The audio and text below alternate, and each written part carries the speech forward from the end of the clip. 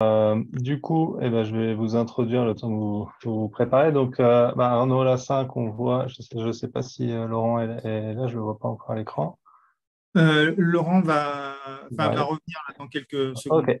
Donc, Arnaud Lassin donc, a un parcours universitaire en physique et il s'est orienté vers le monde des géosciences pendant sa thèse qui portait sur la modélisation thermodynamique des mécanismes d'hydratation des argiles à l'université de Strasbourg. Et ensuite, il a intégré le BRGM en 1999, où depuis, il fait de la modélisation géochimique. Ça lui a permis d'appliquer cette approche à de nombreux domaines liés à l'environnement et à l'exploitation du sous-sol, comme le stockage géologique de gaz ou de déchets nucléaires et la géothermie. Il s'est ensuite intéressé aux bases de données thermodynamiques utilisées pour réaliser des travaux de simulation numérique et notamment il a contribué au développement des bases de données Thermodem et du code Freescale qui vont être abordées dans le cadre du webinaire. Et donc cette présentation, il va la faire avec Laurent André qui est titulaire d'une licence et d'une maîtrise en chimie et physique de l'Université de Toulouse. Il a fait un doctorat en géochimie à l'Université de Bordeaux, un premier postdoc à l'IFPEN, dans lequel il a travaillé sur la biodégradation des hydrocarbures dans la zone non saturée. Un second postdoc au Centre d'hydrogéologie en Suisse, à Neuchâtel, qui lui a permis de travailler sur la modélisation des processus couplés hydrauliques, thermiques et géochimiques et la prédiction du comportement de réservoirs géothermiques à haute température et en pression. En 2006, il a rejoint le BRGM pour étudier la séquestration du CO2 dans les stockages géologiques et les interactions eau, gaz, roche dans les réservoirs, en particulier l'impact du CO2 sur les propriétés du réservoir à proximité du puits d'injection.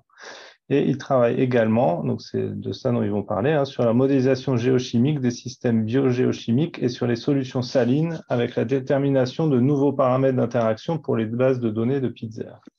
Donc, je vous laisse la main en espérant qu'il n'y aura pas de coupure de réseau au BRGM non plus.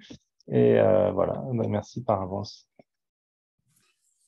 Merci Laurent, merci pour ton invitation et merci aussi au GDR Prométhée pour nous permettre de nous exprimer dans le cadre de ce webinaire. Et puis bonjour à toutes et à tous.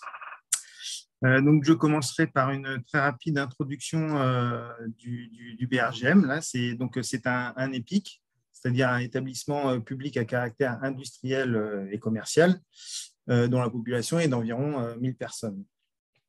Donc, sa raison d'être concerne les applications des sciences de la Terre pour gérer les ressources et les risques du sol et du sous-sol. Donc, Laurent et moi faisons partie de l'unité minéralogie, géochimie et modélisation des milieux géologiques. L'activité de cette équipe est essentiellement donc, portée sur la recherche et le développement dans le domaine de la modélisation géochimique en particulier pour ce qui nous concerne, Laurent et moi. Donc, alors, ici, voilà. Donc, alors, l'idée, c'est donc de décrire les interactions eau-roche-gaz dans des environnements très variés, qu'ils soient naturels ou anthropisés. Donc, depuis les sols jusqu'au sous-sol profond. Et de ce fait, donc cela signifie que nous sommes amenés à couvrir des conditions de température, pression, composition chimique et salinité très larges. Et c'est ce que montre un petit peu cette illustration où, en s'enfonçant un peu dans les profondeurs du sol, on voit ici un peu la complexité très schématique du sous-sol et les différents environnements qu'on peut rencontrer avec des interactions entre les différents compartiments du sous-sol, etc., des propriétés très particulières de chacun de ces compartiments. Donc, pour cela, on a besoin d'avoir des approches qui couvrent toutes ces gammes de température, pression, composition chimique et salinité. Donc, pour effectuer les modélisations géochimiques dans ces contextes, en fait, il s'agit d'effectuer des bilans de matière entre les phases, c'est-à-dire de déterminer les masses de minéraux précipités ou dissous, l'évolution du pH dans les solutions, les concentrations en éléments dissous, les échanges solide-liquide ou liquide-gaz qui interviennent dans ce type d'environnement. Donc, pour cela, on emploie des codes de calcul géochimiques qui permettent en premier lieu de calculer donc, la spéciation en phase aqueuse dont a parlé Michel Meyer. Et donc, comme vous l'avez compris, la distribution de la matière dissoute en différentes espèces chimiques. Donc, cette distribution est régentée selon des réactions qui se produisent instantanément, donc à l'équilibre thermodynamique, ou selon une certaine vitesse. Et on parle de cinétique, comme l'a évoqué donc Michel Meyer. Cette réactivité chimique doit tenir compte des variations contextuelles, c'est-à-dire de la température, de la pression, du rapport liquide sur solide, de mélange éventuel de solutions qui pourraient entrer en contact les unes avec les autres, etc. Donc, en résumé, ces codes de calcul géochimiques nous servent de laboratoire virtuel. Et donc, ils ont un intérêt très fort pour nos activités. Différents codes de calcul existent. Nous utilisons principalement Frixé, qui est un code d'accès gratuit et qui est très largement utilisé dans la communauté des géochimistes. Et nous utilisons également l'extension que nous en avons faite, qui s'appelle Freescale, et dont Laurent vous parlera dans un petit moment. Donc, ces différents codes ont des fonctionnalités parfois différentes, des façons, des méthodes de résolution variées, mais ils reposent globalement tous sur un cœur thermodynamique semblable, ce qui met donc en lumière le rôle central des bases de données thermodynamiques qui peuvent être utilisées, avec l'idée que ces bases de données thermodynamiques peuvent aussi contribuer à faire des intercomparaisons entre les différents codes de calcul. Donc,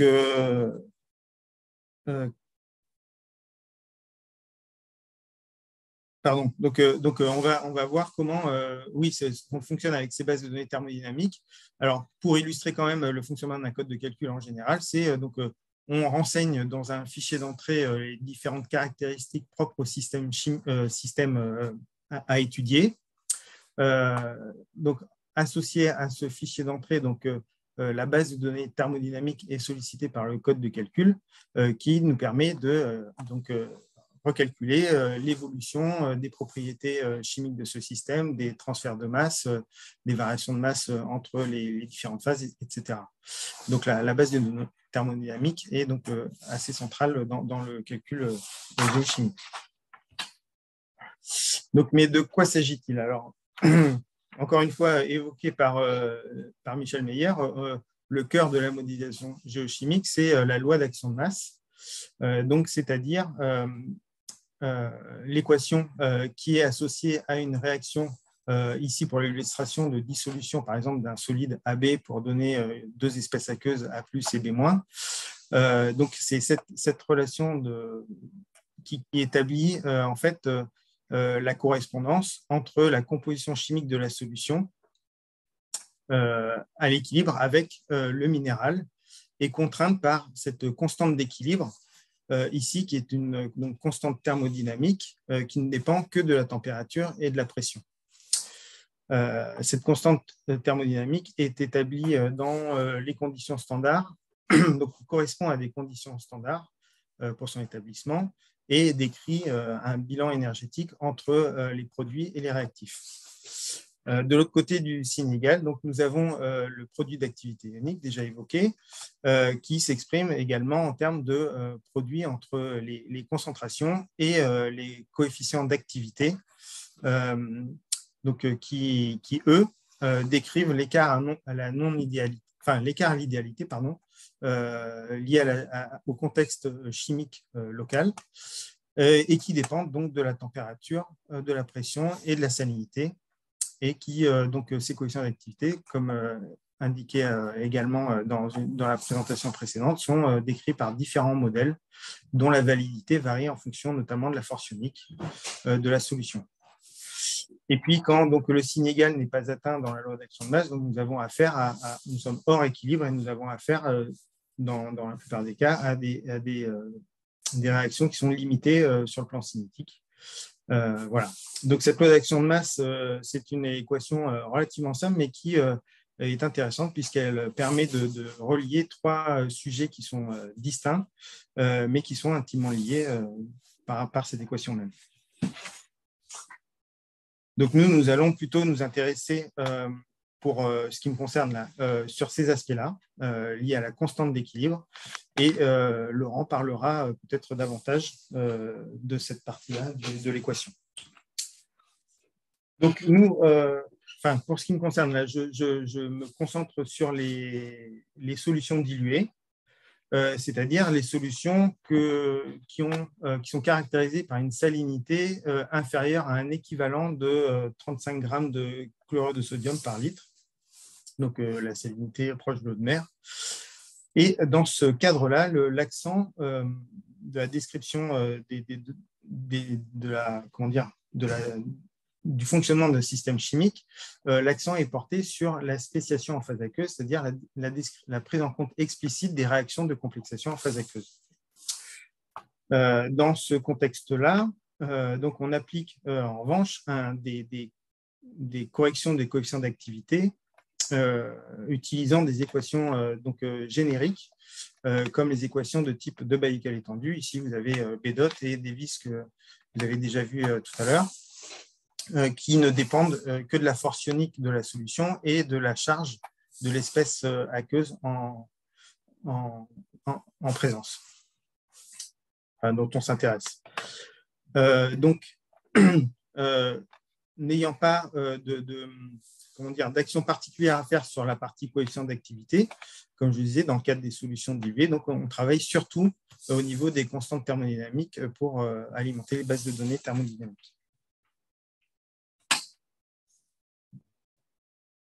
Alors, donc, je continue un petit peu dans les principes fondamentaux et puis après, je montrerai un peu une application pour aboutir à la sélection de données thermodynamiques qui permettent d'alimenter une base de données. Donc, on reprend l'exemple ici de la réaction de dissolution du solide du minéral AB.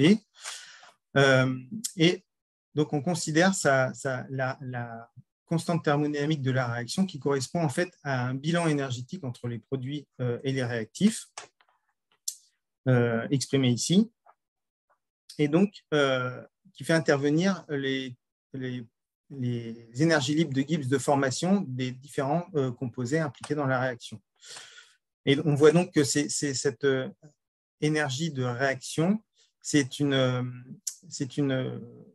valeur relative, donc qu'il faut pouvoir baser sur une référence commune.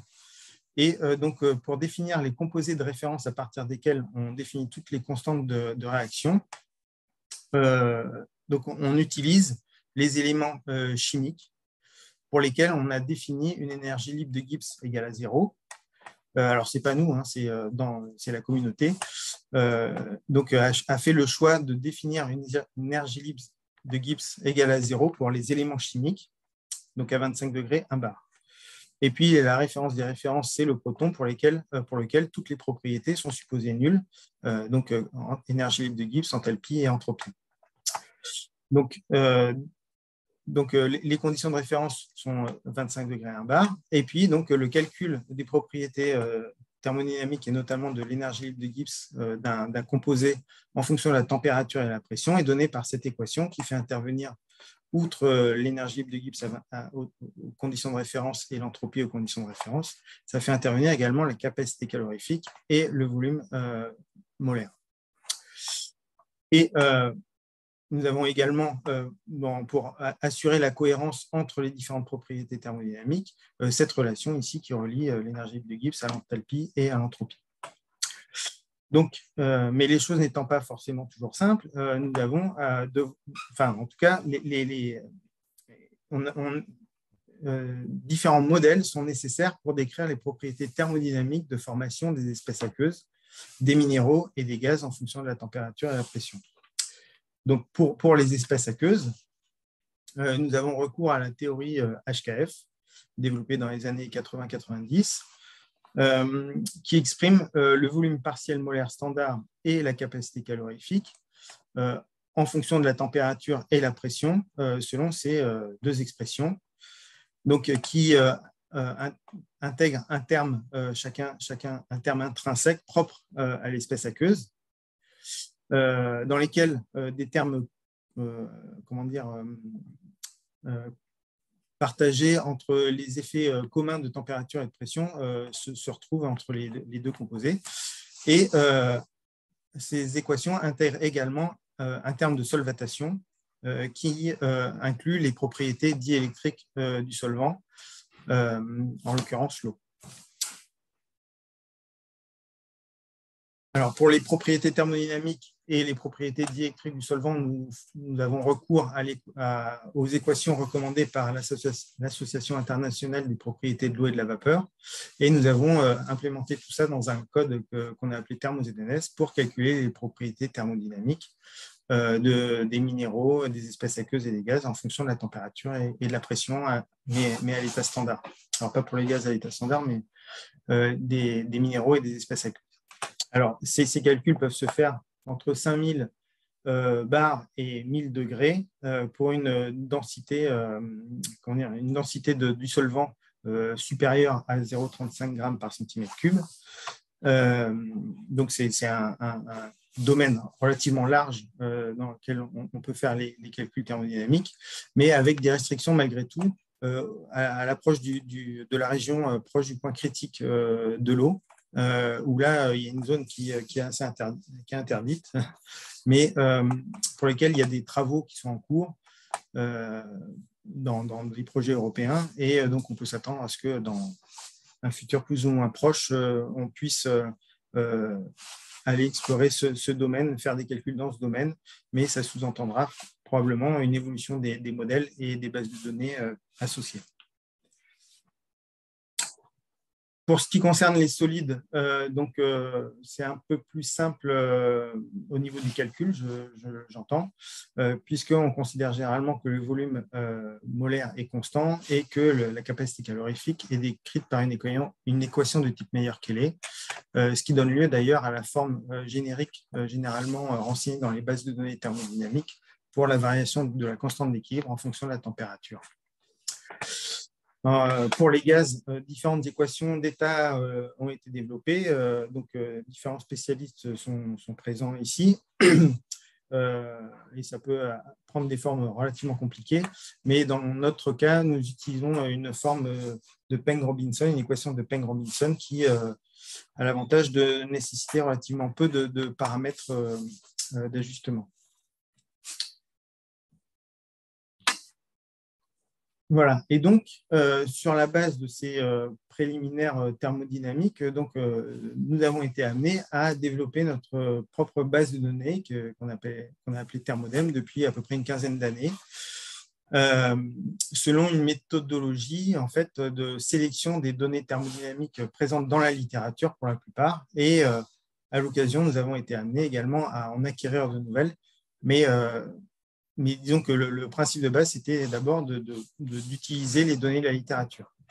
Donc, le principe de la sélection est synthétisé ici dans ce diagramme, et davantage de détails peuvent être obtenus dans l'article de Philippe Blanc publié en 2012 sur ce sujet. Donc, pour commencer à alimenter la base de données, comme je le disais, puisque les éléments de référence, enfin, les composés de référence sont les éléments, donc on s'intéresse d'abord aux éléments. Alors, prenons un élément A, pour lequel on fait une sélection d'abord sur l'entropie. Donc, des sources pour l'entropie existent, et notamment, il y a des travaux qui ont déjà été faits pour faire la sélection, notamment le NIST Codata, sur lequel on s'est fortement basé pour sélectionner ces entropies. Puis, ensuite, on définit une espèce aqueuse représentative de l'élément, pour laquelle on fait une sélection de l'enthalpie et de l'entropie, donc qui nous permet de définir également l'énergie libre de Gibbs. Et là aussi, on se base sur une sélection de la littérature. Alors, il y a des reviews qui sont faites, il y a des travaux très précis qui sont réalisés, comme ça a été décrit dans la première présentation tout à l'heure. Et donc, on aboutit à une sélection des propriétés de l'espèce représentative. Puis, dans une phase ultérieure, donc nous nous sélectionnons les propriétés thermodynamiques obtenues cette fois-ci par des méthodes calorimétriques notamment pour des oxydes représentatifs du système chimique qu'on regarde, de l'élément qu'on regarde, des oxydes donc, ou des hydroxydes. Et donc là aussi, donc on va chercher ces informations dans la littérature quand on ne peut pas les obtenir autrement. Enfin, et surtout, elles sont déjà acquises dans la littérature bien souvent. Et donc, à partir de ces données calorimétriques et des propriétés de l'espèce aqueuse représentative et connaissant les propriétés de l'eau et du proton, donc on peut recalculer une constante de solubilité de l'oxyde. Et cette constante de solubilité qu'on recalcule en fonction de la température notamment, mais aussi peut-être en fonction de la pression, mais en fonction de la température, on la compare avec des données, des valeurs proposées dans la littérature. Et donc, en faisant ces comparaisons, on établit un peu la qualité de notre sélection de propriétés thermodynamiques qu'on retient dans notre base de données. Puis ensuite, on s'intéresse à la spéciation du système. Donc la spéciation en phase aqueuse, où là également, on va chercher dans la littérature les constantes de complexation de l'élément en question dans différentes espèces, qu'on reproduit en fonction de la température également. Et éventuellement, si des données récentes ont été produites, donc nous essayons d'en tenir compte en réajustant un petit peu les paramètres HKF initialement retenus. Donc, une fois qu'on a ces constantes de complexation, donc on passe à l'étape suivante qui est le calcul de la solubilité donc, du solide. Alors, oxyde ou hydroxyde. Alors, en l'occurrence, ici, on a pris un hydroxyde de fer. Donc, le calcul de cette solubilité en fonction du pH, pour lequel on a donc à la fois la spéciation en solution et puis l'évolution de la solubilité du minéral que l'on compare également à des données expérimentales qu'on aura trouvées par ailleurs ou qu'on aura éventuellement acquises. Donc, une fois qu'on a constaté en fait la bonne cohérence de l'ensemble de ces données, donc on valide le système ainsi obtenu et on peut passer à d'autres sous-systèmes pour alimenter la base de données.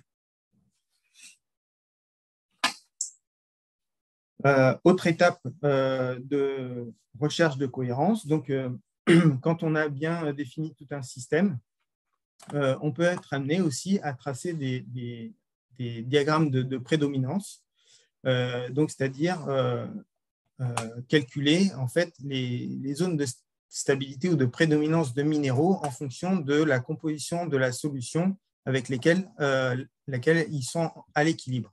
Donc ici, nous avons par exemple la reproduction du diagramme de prédominance de minéraux décimants, de zéolite et de minéraux argileux dans un même diagramme, soit à 25 degrés ici ou à 80 degrés pour l'exemple.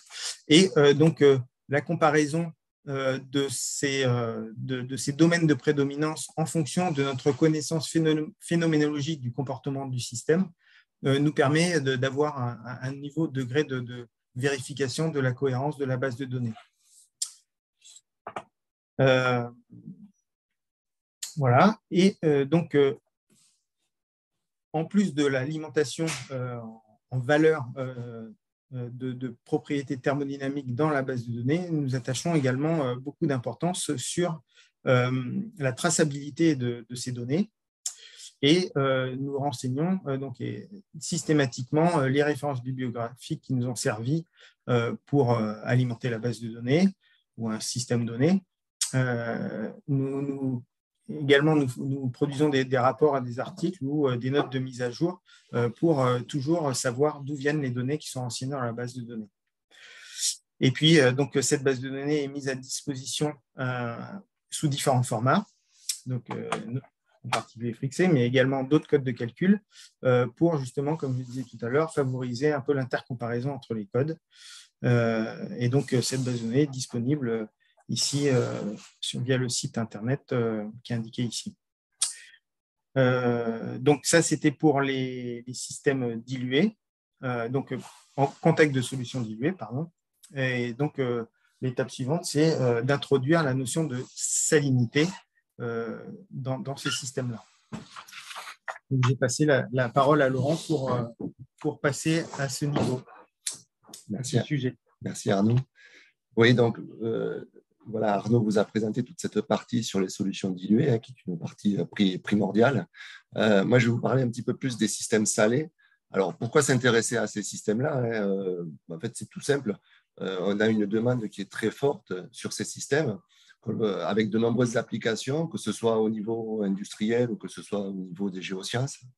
Alors, sur cette diapo, c'est simplement quelques exemples, hein, notamment sur les applications industrielles qui font intervenir donc, des solutions salées et des saumures. C'est par exemple voilà, le procédé Bayer sur l'extraction de l'alumine à partir de la bauxite, c'est l'extraction de l'acide phosphorique par voie humide à partir de roches riches en phosphate. Et puis, voilà, en termes de géosciences, vous en avez ici un petit panel de ce que l'on peut faire. Donc, vous avez probablement entendu parler du stockage géologique de CO2 dans des réservoirs profonds qui sont principalement des aquifères salés. Vous avez toutes les thématiques autour de l'extraction de l'énergie d'origine géothermique, avec aussi la possibilité d'extraction de substances valorisables issues de ces saumures. Il y a les questions aussi de dessalement de l'eau de mer, avec différentes problématiques comme l'impact environnemental, c'est-à-dire rejeter une saumure très riche, avec surtout des salinités supérieures à l'eau de mer dans des environnements marins, par exemple, ou alors l'extraction de substances valorisables à partir de ce dessalement. Voilà. Et puis on a d'autres applications comme les saumures naturelles, hein, que ce soit des saumures de surface ou des saumures plus ou moins profondes, et puis des phénomènes plus géologiques comme par exemple les processus de formation des géants de sel. Voilà. Parmi les autres applications, on peut bien sûr aussi citer, c'est des choses qui sont vraiment d'actualité, c'est l'extraction du lithium à partir des salars ou des lacs salés. Donc voilà, donc alors, nous, on regarde plus les aspects eau souterraine. Hein, donc, très souvent, ce sont donc des systèmes qui sont relativement profonds. Et donc, on va parler de saumure lorsqu'on a des salinités qui commencent à être élevées, lorsqu'on va avoir plusieurs centaines de grammes par litre, où nous, on va plutôt parler de plusieurs moles par kilo d'eau, donc par kilo de solvant. Le plus souvent, ce sont quand même des systèmes qui sont relativement complexes, hein, avec des chimies relativement complexes, donc avec bien sûr des éléments majeurs, mais aussi des éléments traces, avec des pH relativement variés. On a des gammes de pH relativement larges, on va couvrir des gammes de pH relativement larges, avec des potentiels redox, là aussi relativement variables, et très souvent, on va être confronté à des températures relativement élevées. Donc, ce dont on avait besoin pour modéliser ces systèmes géochimiques, c'est d'un formalisme relativement robuste, capable de prendre en compte un certain nombre de ces processus. Arnaud vous en a parlé au début. Hein. Donc, ça peut être tout simplement voilà, la spéciation en phase aqueuse, mais ça peut être aussi toutes les réactions donc, de dissolution et de précipitation des minéraux, toute la question de la solubilité des gaz à l'intérieur de ces systèmes. Et puis, lorsqu'on va commencer à exploiter ces fluides, les questions de dégazage, et puis des processus divers comme la complexation en phase aqueuse et la complexation de surface, les processus redox et bien d'autres aussi processus. Donc, en fait, on avait besoin donc, de ce formalisme robuste pour décrire ces procédés géochimiques basés donc, sur la notion de potentiel chimique. Alors, j'allais dire, au BRGM, on s'est tourné vers le formalisme de Pitzer pour représenter ces systèmes. Formalisme de Pitzer, donc, qui est donc basé sur l'énergie libre de Gibbs d'excès et sur la prise en compte des interactions spécifiques entre les espèces en solution. Alors, sur les deux petits béchers que vous avez ici à droite, sont représentées les interactions principales que l'on va avoir entre ces espèces en solution. Alors, on va avoir des interactions dites binaires, c'est-à-dire que ce sont les interactions que l'on va avoir entre deux espèces, alors deux espèces de signes opposés, entre un cation et un anion, par exemple, ou des espèces de même signe, entre deux cations, entre deux anions, par exemple. Et puis, on va aussi avoir des interactions entre un cation et une espèce neutre, entre un anion et une espèce neutre, ou entre deux espèces neutres. Donc ça, c'est pour les systèmes binaires. Et puis, on a aussi les systèmes ternaires, où là, on va avoir l'interaction de cations-anions. Vous avez un petit peu toutes les combinaisons, hein, 2 cations-anions, 2 anions-cations, anion-cation neutre, et puis ainsi de suite. Et donc, la description et la prise en compte de toutes ces interactions doivent nous permettre de modéliser en fait tout l'ensemble des propriétés d'excès de ces solutions. Donc, propriétés en fait, qui découlent de cette énergie libre de Gibbs, d'excès, avec notamment donc, le coefficient osmotique et les coefficients d'activité. On en a parlé sur ces modèles d'activité, on en a parlé un petit peu précédemment, on va y revenir. Il y a également les propriétés thermiques, notamment par exemple la capacité calorifique et l'enthalpie. Et puis il y a également donc, les propriétés volumiques telles que la densité. Voilà, et tous ces paramètres, toutes ces propriétés sont issus de ce calcul de l'énergie d'excès. Alors, pour faire ces calculs, en fait, il se trouve que, bon, Arnaud en a parlé avant, il y a un certain nombre de codes géochimiques. Il se trouve que les propriétés thermiques et les propriétés volumiques, on n'avait pas d'outils pour faire ces calculs. Donc, ce que l'on a fait au Bergem, c'est de développer un logiciel qui est le code Freescale, donc qui est basé sur le code Frixé, qui est un code largement utilisé dans la communauté des géosciences, qui est gratuit, donc qui peut être téléchargeable. Voilà, il est accompagné avec ses bases de données, et donc on peut l'utiliser de manière complètement gratuite.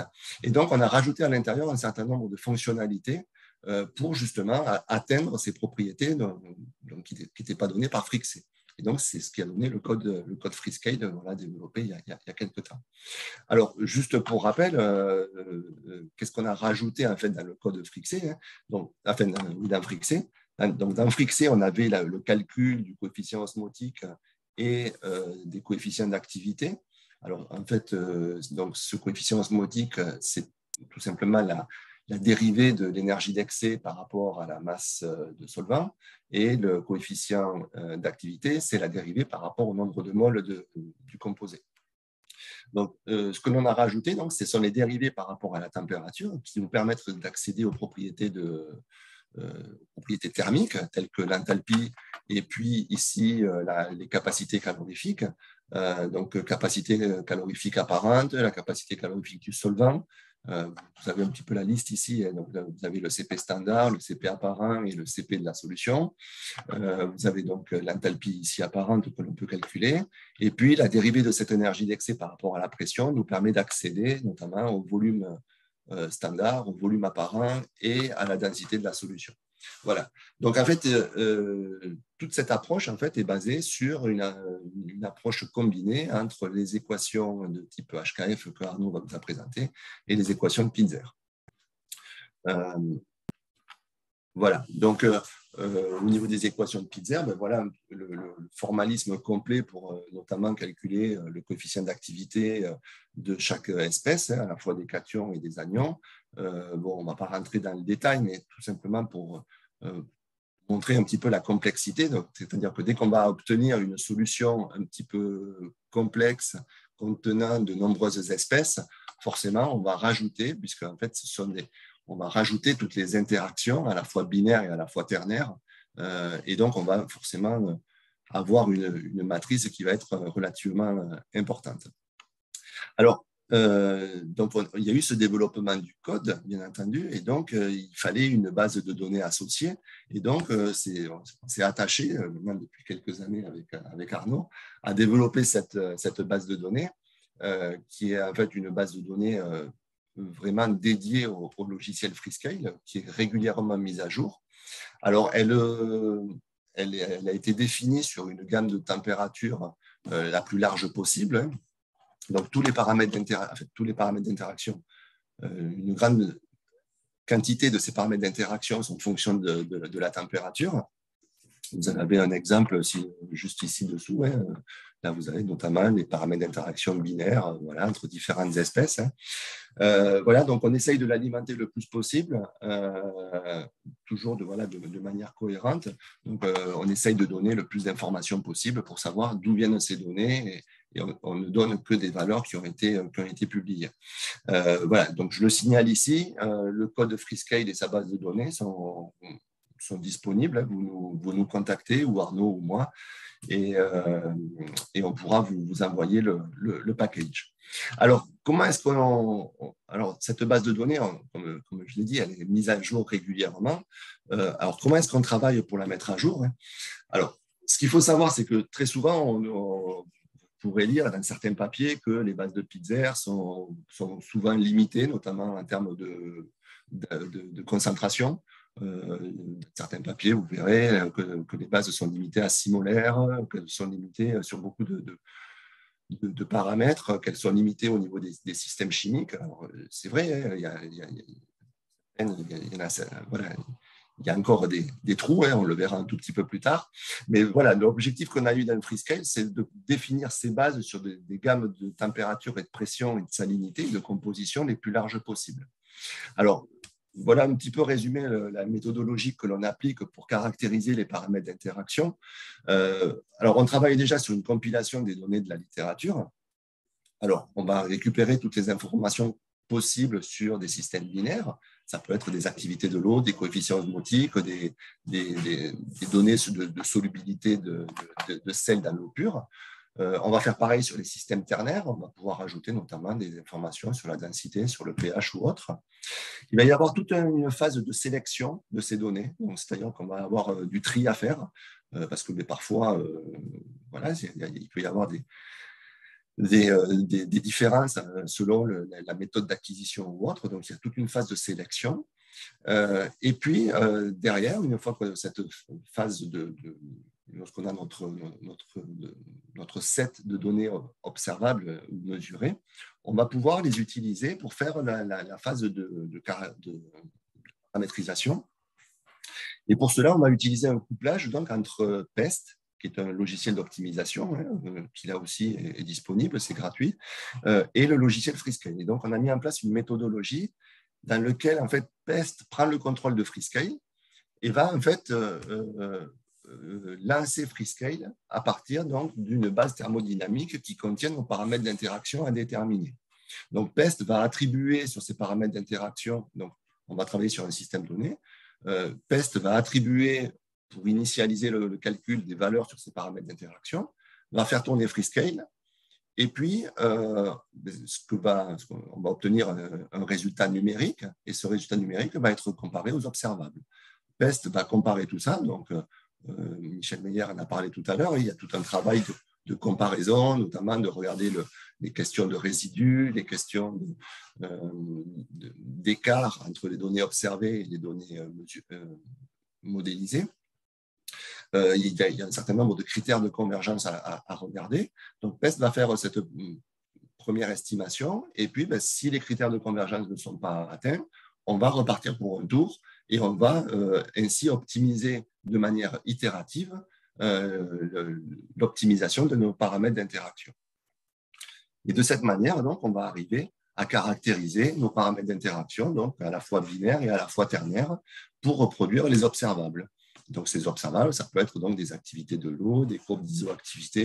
Vous en avez quelques exemples ici, avec notamment ici des courbes d'isoactivité ou des courbes ici de solubilité. Alors, j'allais dire, ça ne nous empêche pas parfois de tomber là aussi, sur des jeux de paramètres qui fonctionnent peut-être sur nos observables, mais qui ne vont pas pouvoir être utilisés sur d'autres jeux. Donc, il y a toute une étape derrière de confirmation de ces paramètres d'interaction avec une validation sur des données que j'appellerais indépendantes, c'est-à-dire des données qui n'ont pas été utilisées pour l'optimisation. Et donc, là aussi, on va essayer de tester sur des données de pH ou autres si tout est cohérent. Et une fois que donc, on a fini cette étape-là, on peut passer à l'ajout de ces paramètres dans la base de données. Avec quand même un souci derrière, c'est toujours le souci de cohérence interne des bases, cohérence interne dans Freescale, bien sûr, mais aussi vis-à-vis de toutes les bases que l'on peut développer au BRGM. Donc, Arnaud vous en a parlé, il y avait la base de Thermodem qui était plutôt sur les systèmes dilués ici. Freescale est ici donc, sur les systèmes plutôt concentrés, avec des interactions bien sûr entre les deux. Mais on a encore d'autres outils qui se connectent à ces différentes bases, comme ici donc, une base de données qui permet de travailler sur les tensions interfaciales, donc notamment dans les systèmes salés. Ici, une base de données plutôt sur les argiles. Donc, voilà, il y a toute cette cohérence qui doit se faire. Et puis aussi en cohérence avec ThermoZNS, là aussi, Arnaud vous en a parlé, qui nous permet en fait d'étendre nos bases de données sur des domaines, j'allais dire, un petit peu en dehors des critères classiques, hein, puisque habituellement, les bases de données, elles sont entre 0 et 300 degrés. Donc, ThermoZNS va notamment nous permettre de venir explorer ici toute la partie sur le domaine capillaire ou toute la partie ici sur la région 1. Donc, aux très hautes températures et très haute pression, et toujours au-dessus voilà, de cette fameuse courbe ici de densité égale à 0,35. Voilà. Et après, donc, on a des outils qui nous permettent de récupérer l'ensemble de ces données et de fabriquer les bases de données au format des différents codes de calcul. Voilà, donc toujours cet esprit de cohérence. Alors, juste une application, juste pour vous montrer un petit exemple. Alors, forcément, on a appliqué cette méthodologie à différents types de systèmes, hein, que ce soit par exemple la solubilité du CO2 dans les saumures, sur le système des phosphates.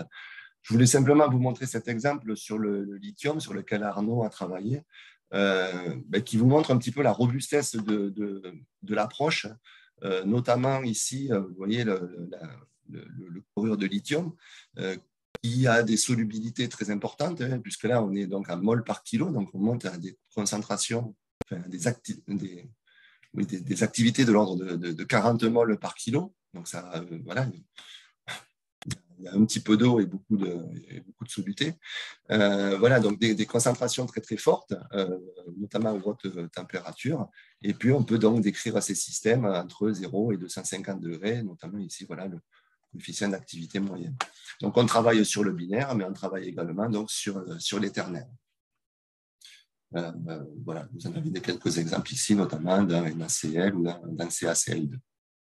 Et donc, on essaye d'aller jusqu'au, j'allais dire, le plus loin possible en termes de salinité, notamment jusqu'à la salinité. Et ici, vous avez les équilibres donc, entre la solution et les différentes phases minérales qui peuvent se former dans le diagramme ternaire, chlorure de lithium, chlorure de calcium. Alors, pour conclure, en fait, donc on a une approche combinée donc, qui repose à la fois sur les formalismes HKF et Pitzer, qui permet donc de décrire la complexité de systèmes environnementaux, qu'ils soient naturels ou anthropisés. Les applications sont relativement nombreuses. Ce qu'il faut bien voir, c'est que, alors on vous a peut-être aujourd'hui beaucoup parlé de géosciences, mais cette application, ce formalisme et cette approche peut être utilisée par d'autres disciplines. Ce que l'on essaye donc de développer, c'est un système chimique multi-éléments qui soit cohérent, à la fois pour les systèmes dilués et les systèmes salés. On essaye de monter le plus haut possible en température, même si voilà, autour du point critique, on a toujours des verrous. Alors, les processus redox dans les solutions diluées, c'est quelque chose qui marche relativement bien. On a plus de questionnements sur les systèmes salés, donc ça fait partie des améliorations qu'on pourrait apporter à notre approche. Pour le moment, on a assez peu travaillé sur les composés et les solvants organiques, mais bon, j'allais dire, avec l'augmentation des usages, notamment du sous-sol, mais également par rapport aux autres disciplines, ça fait partie des nouveaux défis dont on pourra parler. Voilà, donc au niveau des systèmes sur lesquels, j'allais dire, on a une assez bonne maîtrise, actuellement, donc, sur les solutions salées, on a une assez bonne maîtrise sur les électrolytes forts, notamment le système des chlorures, avec, voilà, pour la majorité des éléments majeurs et puis également de quelques éléments traces, on arrive à décrire les systèmes de manière assez propre. Vous avez, c'est représenté également sur ces petits schémas. Voilà, les cases colorées, c'est les systèmes sur lesquels on a déjà travaillé et on a voilà, une confiance assez bonne. Bon, vous voyez qu'encore, il reste des trous dans la raquette pour arriver à décrire l'ensemble des systèmes. Après, pour ce qui est des électrolytes moins forts, tels que les sulfates ou les nitrates, là, on a encore pas mal de travail à accomplir. Et donc, ça fait partie un petit peu des perspectives que l'on a sur ces systèmes-là, hein. Donc, voilà, on vous a parlé donc, de toute la partie solution diluée, solution salée. On a vu donc, que pour les électrolytes forts ou plus ou moins forts, on arrive à assez bien décrire ces systèmes. La grosse question qui nous reste désormais, c'est comment est-ce qu'on arrive à décrire le comportement des éléments traces à l'intérieur de ces saumures. Alors, quand je parle de traces, voilà, j'ai récupéré simplement ce diagramme-là sur un papier de Palmer en 2001 qui montre la solubilité de la baumite, donc qui est un hydroxyde d'aluminium, à l'intérieur, donc dans une saumure molaire à 150 degrés. Donc, on s'aperçoit qu'on est sur des concentrations relativement élevées ici, à très bas pH ou à très haut pH. Par contre, on arrive à des concentrations extrêmement faibles, de l'ordre de 10-7 ou 10-8, lorsqu'on est proche de la neutralité, de la neutralité pH. Donc là, il y a plusieurs challenges qui se présentent. C'est d'une part, quels sont les moyens analytiques que l'on a pour aller étudier ces systèmes, notamment l'étude de traces, de microtraces, je ne sais pas comment on peut les appeler. Donc, comment on mesure des traces de 10-7 ou 10-8 dans des matrices à 3 ou 4 molaires. Voilà, donc est-ce qu'il y a des techniques spectroscopiques qui peuvent être mises en place ou autres pour nous apporter en fait à nous de la donnée qui puisse après nous servir pour caler nos modèles. Et ça, c'est le deuxième challenge. Donc, c'est comment arriver à décrire numériquement ces systèmes, notamment en s'appuyant sur les données expérimentales. Et là, les enjeux sont nombreux, que ce soit dans le domaine de l'hydrothermalisme, de l'hydrométallurgie ou des procédés industriels. Et donc, je finirai juste là-dessus. En fait, actuellement, c'est quelque chose que l'on essaye de développer. C'est le développement d'une base de données thermodynamique hybride, adaptée donc à ce contexte de température, pression et salinité. C'est-à-dire que lorsque les données sont disponibles pour travailler avec Pitzer, en fait, on va récupérer l'ensemble des paramètres d'interaction de la base de Pitzer. Et puis, pour les éléments pour lesquels on n'a pas de coefficient de paramètres d'interaction, on va estimer ces paramètres a priori, avec des paramètres binaires, pour l'ensemble notamment des espèces minoritaires. Donc, pour les espèces majeures, on pourrait travailler avec un Pitzer complet. Et puis, pour les éléments traces, on pourrait travailler avec un Pitzer dégradé. Et donc, la combinaison de ces deux pourrait nous donner la naissance d'une base hybride. Alors, c'est des tests que l'on a réalisés. On a fait des tests de faisabilité. Ça marche relativement bien sur certains systèmes. Donc, en fait, on a créé un outil pour générer cette base de données hybride. Et actuellement, on est dans une phase de vérification sur ces données expérimentales, en fait, sur des données expérimentales. Bon, vous avez ici notamment un exemple où on a à gauche donc, des données plutôt expérimentales et à droite donc, la modélisation avec cette base hybride. Donc, c'est une solution de chlorure de fer avec ici une concentration en chlorure de fer qui augmente. Et ici, chlorure de lithium, pardon, qui augmente. Et j'allais dire la prépondérance en fonction de la salinité des différentes espèces dans la solution. Voilà, donc actuellement, on est dans cette phase de test et puis bon, on espère passer sur des applications et des fluides plus complexes assez rapidement. Voilà. Donc, je voulais à mon tour remercier Laurent et l'ensemble du GDR Prométhée pour l'invitation. Et puis, remercier aussi les différentes équipes avec qui nous travaillons sur ces systèmes parce que voilà, on a besoin de cette collaboration. Vous l'avez vu, hein, on utilise des données de la littérature, mais on utilise aussi des données qui viennent des différents laboratoires avec qui nous travaillons, que ce soit le LATEP, l'ANDRA, le SMS ou l'ISTO.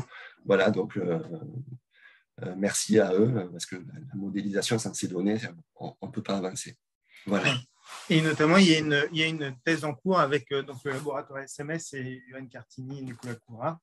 Donc, c'est Nino Patrick qui commence sa thèse ces quelques mois-là sur les systèmes sulfatés.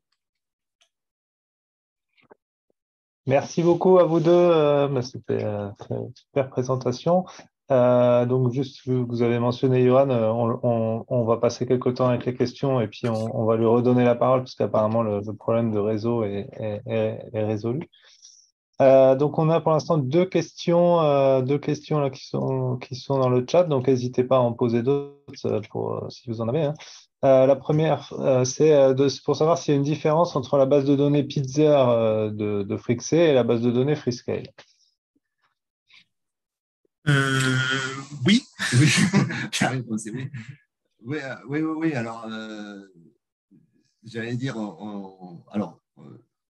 on a rebâti une base de Freescale. Donc, c'est-à-dire que la base de Freescale, par exemple, qu'on a établie, ne s'applique pas dans Frixé parce qu'on a notamment modifié la variation en température, le polynôme de variation en température des paramètres n'est pas le même. Donc, la base de Freescale ne pourra pas s'appliquer dans Frixé. Donc, alors, par contre, on est reparti d'une base de Frixé, d'une base Pizzer qui est dans Frixé.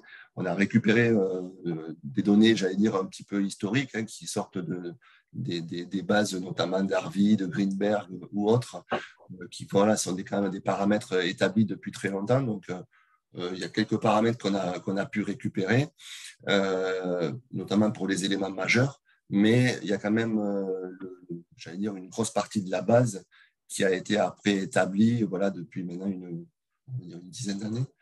Voilà, notamment toute la partie lithium, toute la partie CO2, toute la partie… qu'est-ce qui me manque ? Il y a quelques éléments métalliques comme quelques éléments métalliques voilà, qui ont été rajoutés et qui n'apparaissent pas dans la base Frixé. Donc voilà, donc quelques données de la base Pizzer d'origine, voilà, qui sont des données historiques et sur lesquelles voilà, qui ont quand même été déjà éprouvées, mais sur lesquelles on a quand même rajouté un certain nombre d'éléments. J'ajouterais que comme on essaye d'introduire aussi la notion de complexation en phase aqueuse dans ces systèmes hyper salés, donc c'est en modification, enfin une variation aussi par rapport à la base de données Pizzer qui est lisible avec Frixé. C'est-à-dire que pour les électrolytes forts, Harvey, l'équipe de Moller et Ware avait à l'époque pris l'option de considérer une dissociation totale des électrolytes forts. Et donc, nous, en essayant de monter plus haut, un peu plus haut en force unique, on a introduit donc ces complexes aqueux, décrits également dont les propriétés sont décrites par le formalisme HKF. Et donc, ça, c'est quelque chose qui n'est pas utilisable dans Frixé. J'ajouterais également que, en fait, le calcul du coefficient osmotique de Frixé n'est pas tout à fait exact. Donc, on l'a corrigé aussi dans Freescale. Donc, voilà, le transfert n'est pas forcément possible entre les deux approches. Donc, il vaut mieux utiliser Freescale avec la base de données Freescale.